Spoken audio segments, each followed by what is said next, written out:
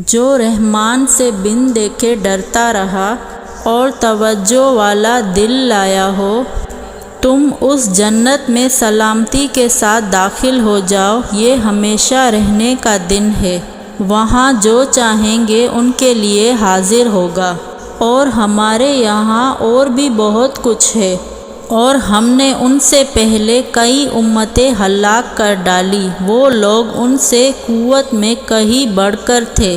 پھر وہ شہروں میں گشت کرنے لگے، کیا کہیں بھاگنے کی جگہ ہے؟